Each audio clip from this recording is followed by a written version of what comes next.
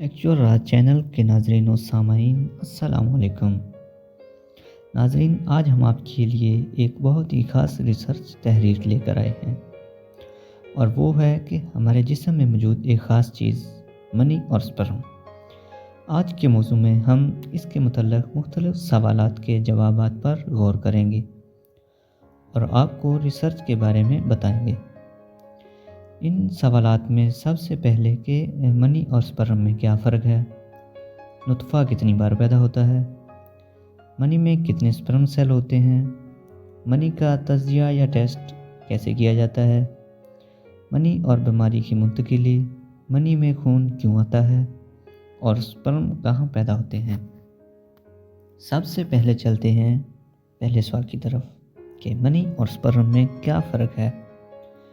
آپ کو یہ بات سمجھ لینی چاہیے کہ سپرم منی کا ایک حصہ ہے، لیکن منی سپرم کا حصہ نہیں ہے۔ یہ دونوں چیزیں الگ الگ ہیں۔ منی عام طور پر سفید رنگ کا مائع ہوتا ہے جو عضو تناسل سے نکلتا ہے۔ اس میں کچھ وٹامنز اور معدنیات بھی شامل ہوتے ہیں۔ منی زیادہ تر مردانہ تولیدی اعضاء سے خارج ہونے والی رطوبتوں پر مشتمل ہوتی ہے۔ منی میں vitamin C, vitamin B12، calcium, citric acid, fructose, magnesium, zinc, potassium, sodium, چربی اور پروٹین سمیت اصل غذائی اجزاء شامل ہوتے ہیں۔ جب بھی کوئی مرد فارغ ہوتا ہے تو عام طور پر اس کا جو انزال ہوتا ہے اس کا اوسطاً ایک چائے کا چمچ جتنی منی خارج کرتا ہے، لیکن یہ اس مرد کی خاص مجموعی صحت جیسے عوامل پر منحصر ہوتا ہے۔ ایک افواہ ہے کہ منی میں اتنا ہی وٹامن سی ہوتا ہے جتنا کہ نارنجی میں ہوتا ہے۔ اگرچہ منی میں وٹامن سی ہوتا ہے، لیکن اس دعوے کی حمایت کرنے کے لیے کوئی تحقیق نہیں ہے۔ منی میں بہت زیادہ زنک ہوتا ہے، تاہم چونکہ منی کی اتنی کم مقدار ایک ساتھ خارج ہوتی ہے، اس لیے اس کا دن بھر کے لیے آپ کی غذائیت پر کوئی اثر نہیں پڑتا۔ نطفہ اور منی اکثر ایک دوسرے کے بدلے استعمال ہوتے ہیں، لیکن وہ بالکل ایک ہی چیز نہیں ہے۔ مختصراً نطفہ سے مراد خلیات ہیں، جبکہ منی سے مراد مائع ہے۔ نطفہ وہ خلیات ہیں جو انڈے کو کھاد دینے کے لیے ذمہ داری ادا کرتے ہیں۔ منی نطفہ کے خلیوں کے ساتھ متعدد جسمانی رطوبتوں سے بنتی ہے۔ ان رطوبتوں میں جو اندھان نہمی کو تیزابیت کو بھی اثر کرتی ہے، اس کے علاوہ ایک رطوبت جو سپرم کی پرورش کرتی ہے اور ایک دوسری رطوبت جو عضو تناسل کو چکنا کرتی ہے۔ یہ رطوبتیں صحت مند رہتے ہوئے سپرم کو انڈے تک پہنچنے میں مدد کرتی ہیں تاکہ سپرم کو کوئی رکاوٹ نہ آئے۔ منی کی پیداوار نلیوں میں ہوتی ہے۔ ان نلیوں میں جراثیم کے خلیات ہوتے ہیں جو آخر کار سپرم سیل میں بدل جاتے ہیں۔ سپرم ان میں تیرتا ہے۔ جب آپ کو جنسی جوش آتا ہے تو نطفہ دیگر رطوبتوں کے ساتھ مل کر منی بناتا ہے۔ جب انزال ہوتا ہے تو منی عضو تناسل سے باہر نکل آتی ہے۔ اب چلتے ہیں اگلے سوال کی طرف کہ جب انزال نہ ہو تو منی کا کیا ہوتا ہے۔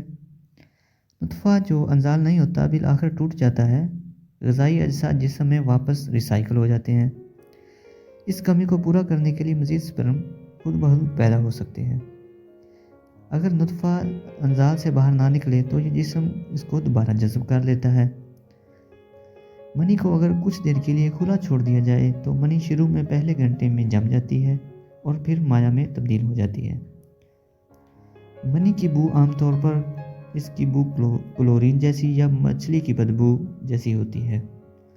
نطفہ کی نشو و نما میں 70 دن لگتے ہیں اور یہ مکمل طور پر خصیوں میں پیدا ہوتے ہیں۔ یہ تقسیم ہو کر سپرمیٹوسائٹس بنتے ہیں جو بعد میں نطفہ بن جاتے ہیں۔ ایک جراثیمی خلیے کو بالغ سپرم سیل بننے میں تقریباً 2.5 ماہ لگتے ہیں، تاہم آپ ہر سیکنڈ میں تقریباً 1500 سپرم سیل پیدا کرتے ہیں۔ منی اور نطفہ کو صحت مند رکھنے کے لیے آپ باقاعدگی سے ورزش کریں، اچھی نیند لیں، تمباکو نوشی کی مصنوعات اور شراب سے پرہیز کریں اور متوازن غذا لیں۔ اب چلتے ہیں سیمن انالیسس یعنی کہ منی کا ٹیسٹ اور تجزیہ۔ اگر مردانہ بانجھپن ہو تو سب سے پہلے منی کا تجزیہ سب سے اہم واحد چیز ہے۔ یہ ایک سادہ سا اور سستا کلینکل ٹیسٹ ہے۔ WHO کے مطابق بانجھپن کا سبب بننے والے مرض ساتھی کی منی میں خرابی کا پتہ لگانے کے لیے منی کے تجزیہ کے بعد صحت مند اور اولاد پیدا کرنے کے قابل نطفہ اور سپرم کی عمومی خصوصیات درجہ ذیل ہونی چاہیے۔ عام طور پر جو سپرم انالیسس کا ٹیسٹ کیا جاتا ہے اس میں کم از کم زرخیزی کے لیے 20 ملین سپرم فی ملی لیٹر ہونے چاہیے۔ اس ٹیسٹ میں منی کا کل حجم کم از کم 2 ml ہونا چاہیے۔ اس ٹیسٹ میں کم از کم ہر انزال میں 40 ملین سپیل ہونے چاہیے۔ 30% سپرم پختہ اور ترقی یافتہ ہونے چاہیے۔ 75% سپرم زندہ یا قابل عمل ہونے چاہیے۔ 25% سپرم کو تیزی سے آگے کی طرف حرکت اور تیراکی کرنی چاہیے۔ کم از کم 50% سپرم کو تیراکی کرنی چاہیے، خواہ وہ سست ہی کیوں نہ ہو۔ اب چلتے ہیں اگلے سوال کی طرف کہ منی میں خون کیوں آتا ہے۔